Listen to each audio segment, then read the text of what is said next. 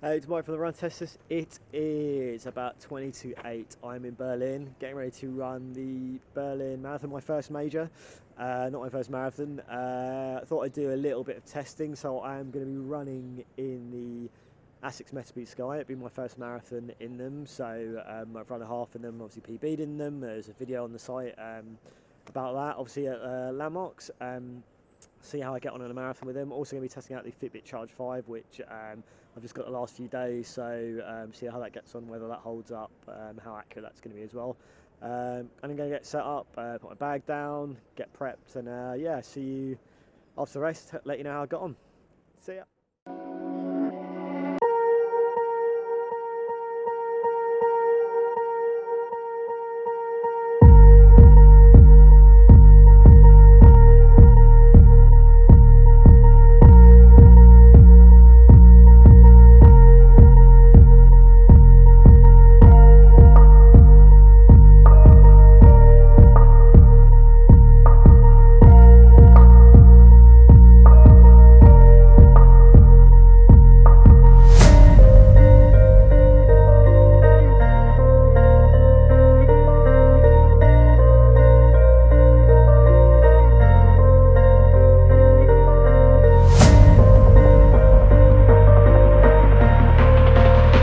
No longer in Berlin. I think it's fair to say that I was not in a great state after that run.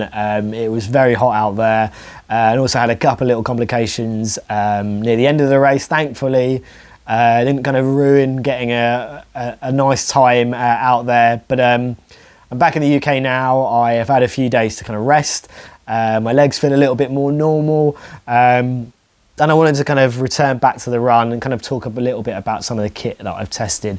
So the main thing really was this shoe, obviously the Asics Metaspeed Sky. Now, I have not run a marathon in a performance shoe, a carbon plate shoe. I've not run this distance, not even kind of in training.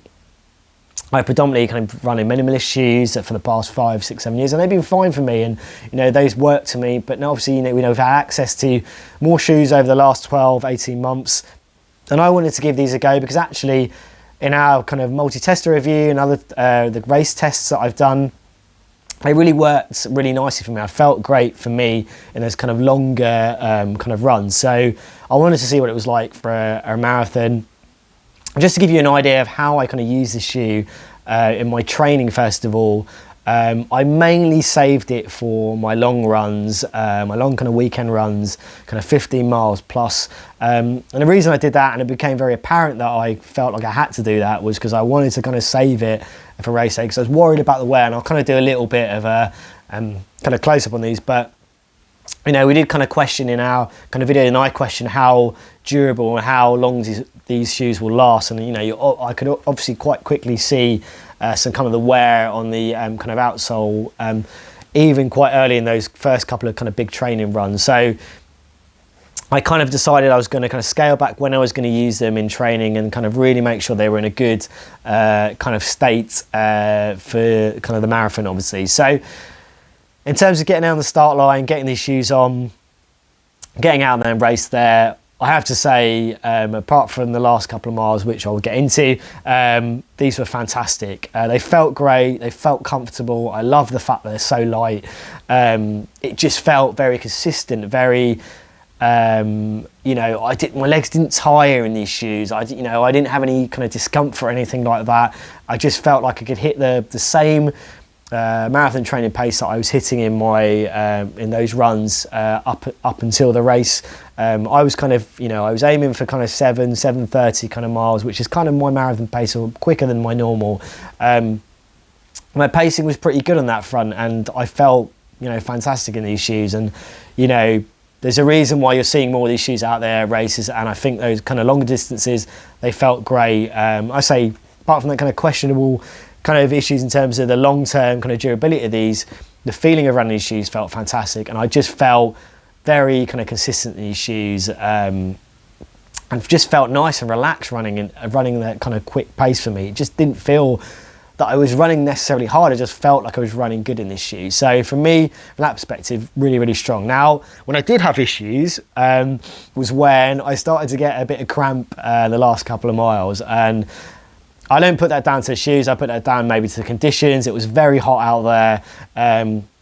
My fueling was fine, I think, generally. I just think, you know, I've had this issue before in previous marathons. So I kind of had to slow up and really slow up. So definitely almost like 2 minutes off my kind of pace during the rest of the run.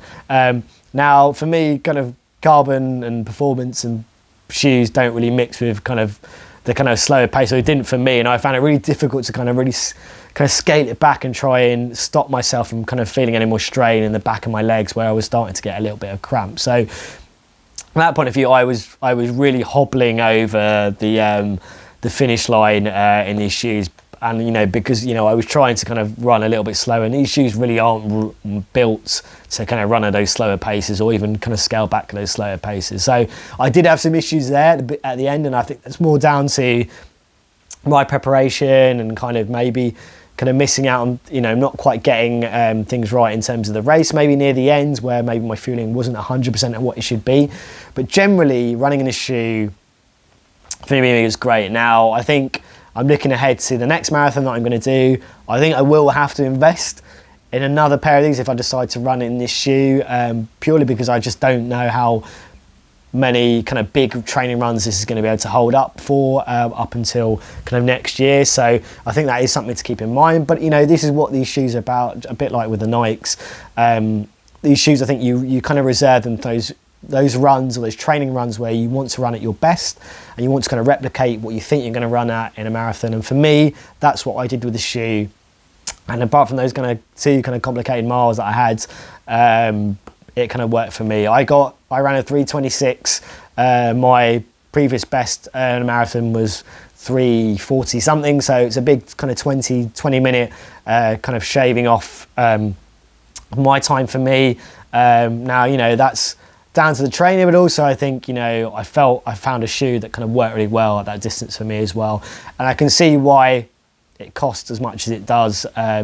If you kind of use it well, utilize it in the right way, I think you can really get the results from the shoe. And that's ultimately what I found running in the Asics Metaspeed Sky. So shoes aside, I was testing a bunch of other stuff. I tried to keep it quite simple in terms of the other kind of things. I don't want to test too many new things, but I did take out a couple of things as well as those shoes. So the first kind of most notable thing really is the Fitbit Charge 5. So this is Fitbit's latest fitness tracker. It does have built-in GPS. You can track real outdoor runs. The big difference here from the Charge 4 to the Charge 5 is the fact it has a colour display. Now, I've only had it for a few days. I literally kind of took it out of the box before I flew out. I did manage to do my kind of shakeout run the day before the race with it. I ran with it alongside the Garmin Enduro.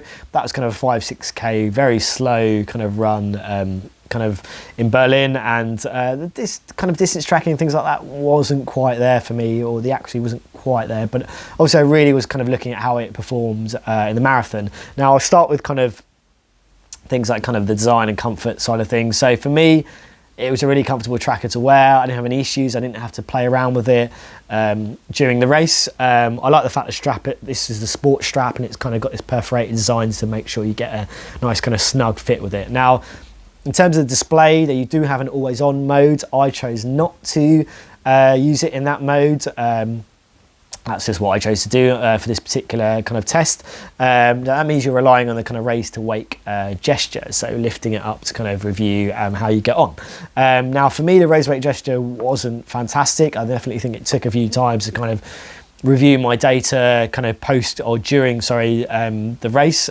So I definitely think, you know, having that always on mode is more preferable, but that doesn't mean it's going to impact more on the battery life. Now, in terms of the experience of running with it and what you see on the watch, now you're getting essentially a screen with two static fields, kind of the core kind of running metrics of duration and kind of distance, and then you've got a rolling one which you can kind of tap to kind of scroll through kind of average pace and things, some kind of, you know, basic running metrics you expect to see. Now, there's no physical buttons really here. You've got this kind of clickable case, but that's not really used during the run, so you're really kind of swiping through and tapping.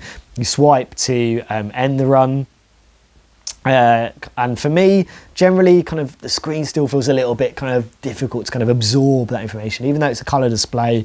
You know, in comparison to what you get from a watch I was kind of running with the Garmin Enduro paired to a Garmin HRM Pro chest strap, it just felt a little bit more difficult to kind of absorb that information on the move for me personally. And obviously, you're tapping through to kind of see those kind of other real-time metrics. Now, in terms of performance, in terms of the accuracy and those things, there's some good and bad things here. So the good stuff is, I think, from a battery kind of life performance, so I saw a drop off of less than 10% for the race. Now that, again, that was with the screen not set to always on mode, and it kind of sets that as a default really to really ensure that you get through that run. But for me, it got through marathon kind of without a major hit in terms of the battery life, and I could still use it for the rest of the day and the evening when I'm not running or when I finish the run. In terms of the GPS accuracy, so as I said, I ran with it against the Garmin Enduro. Garmin Enduro clocked me at 42k, slightly over 42k, but essentially it was got the kind of marathon distance, and the kind of cool metrics around it kind of told an accurate story of my race. The Charge 5 clocked me at 38 kilometers, so obviously that's quite short of the marathon distance, and that meant the core running metrics, things like average pace, were off for me. I also didn't get a map of the route. It was the same thing with the shakeout run, which, you know, it's supposed to kind of deliver kind of a map of the route, and I didn't get that information either. So kind of from a kind of distance tracking and a GPS tracking, it didn't quite work for me. Where it was a little bit better was the heart rate monitoring performance. So I've not had a great performance heart rate monitors on Fitbits in general for running, and I was expecting much different from the Charge 5. But actually, when I compared the kind of average and max data with the HRM Pro chest strap to the Charge 5, and actually it was pretty identical and in terms of the average and max data. So from a heart rate performance, actually seemed to do okay. It was just in the GPS and distance tracking, and obviously those subsequently kind of the running metrics that kind of are tied to that as well didn't quite add up. So definitely some good and bad things there from the Charge 5. Now, we've all got it in the team, so we will be doing a multi-tester review, but again, this is my kind of experience based on my marathon testing. In terms of other things I tested, I was also using the Jaybird Vista 2 headphones. Now, we have done a multi-tester review of that as well already, and it's already on the channel. We're all big fans of it generally. Now, what I wanted to find out really was, are they comfortable to wear for a marathon? Did they stay put? You know, did they kind of handle kind of when it got sweaty, and it got sweaty out there? And also how the battery life performed as well. Now, I used a mix of kind of ambient and kind of the active noise cancelling modes with these headphones, and generally what I found was from 100% at the start of the race, the battery life dropped to 30%. So quite a significant hit in terms of that battery during the race. But in terms of fit, in terms of comfort, they were fantastic for me. They just did not budge. They felt really comfortable. Even when I was throwing water over myself and it was getting very sweaty, they kind of held up, and there was no kind of connectivity issues from my point of view. So that point of view, it was kind of great. Now, in terms of other things I had, really things that I've kind of tried and tested, I was wearing kind of Soar's performance vest. I was also wearing their socks. It's the first time I've used their performance socks for a marathon. They were great. They didn't bunch up. They didn't become uncomfortable. You get a really nice kind of fit with them.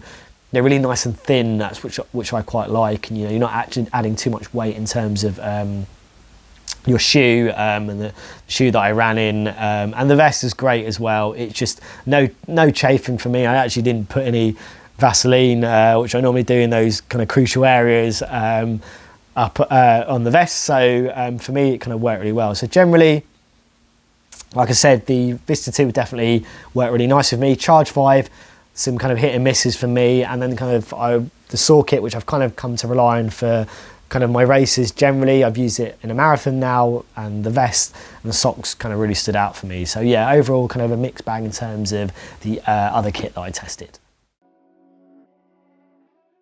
So I wanted to kind of finish off by just quickly talking a little bit about the Berlin Marathon itself. Obviously it's the first major to take place kind of physically since obviously the big COVID break. And obviously I know people are going to be doing London and there's going to be other majors coming up, and just give you a sense of kind of how Berlin kind of managed it and how I found generally running the race anyway. So I'll start with the kind of organisation of it. And I think from picking up my kind of race bib from the expo up until picking up my bag at the end of the race and actually getting out of the area, it was pretty faultless for me. I found getting to the expo really easy. I found kind of picking up the process of getting my number very easy. The exhibition was in a nice big space. There was a lot of space for people to get around.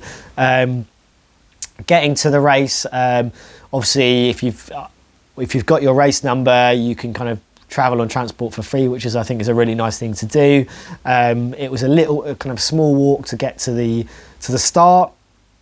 In terms of kind of dropping bags off, it was kind of nice big open space. It's kind of it was in front of the Reichstag, which is that kind of big building that people will know if you've been to Berlin.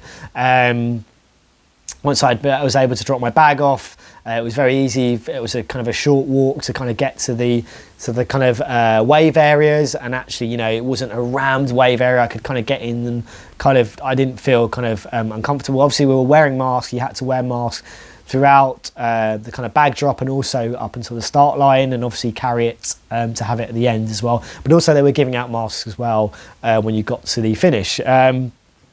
But for me, kind of organisation, getting this kind of race together and making it feel as normal as possible, I felt Berlin did a really amazing job of it, and I'm really glad that I kind of was able to do this race and be able to do the first one. In terms of the course itself, I think people who have done it before will have kind of said to me, and everyone's kind of said to me before I did the race, it is flat, it is kind of fast, it is flat, that's exactly what it is. It was hot out there. I'm glad I grabbed some sunblock the evening before I kind of went to the shop. That was my last thing I did. I was expected to be hotter late in the day. It was hot by 8-9 o'clock, and it obviously, you know, it wouldn't have helped a lot of runners, and it's not something that I would have enjoyed, but actually it was okay for me. I made sure I stuck to the kind of shaded areas on the course, and it's a picturesque I think route, as well as being a flat and fast course. You know, I enjoyed it mostly, apart from those last couple of miles when I cramped up. But I think it's a really nice run to do. Again, I think like the beginning and end where you kind of finish the race is really nice. I think a really nice tip which I got from Kieran, and it really kind of stood me or helped me out really, was not to, there's a point, you know, that kind of 22, 23, 24 miles where you maybe think you're a little bit closer to the finish than you are, but you're not, and you know, just to kind of maybe hold back and not kick on just yet. That kind of helped me out, particularly when I was kind of struggling and, you know, I knew I was cramping up and I needed to kind of slow down a little bit. But generally, it's a really nice run to do. I really enjoyed it. As a major to do, and if you can get in to do it, I think it's a really good one to do, and it's one that you can probably go out and get a really good time in. Okay, so there you have it. That is my Berlin Marathon test and all the kit that I use. So obviously the Asics Metaspeed Sky, Fitbit Charge 5, the Jaybird Vista 2, and all the other kit that I used. Hopefully you enjoyed the video, found it useful. If you've got any questions about how I got on or any of the kit that I tested, let us know in the comment. As always, like and subscribe, hit that little bell to find out about latest videos, and yeah, we'll see you for the next Run Testers video.